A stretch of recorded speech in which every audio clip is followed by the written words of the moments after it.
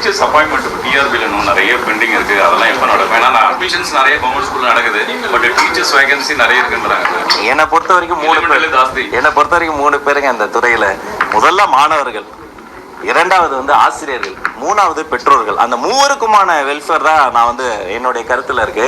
நிறைய கோரிக்கைகள் எனக்குமே வருது.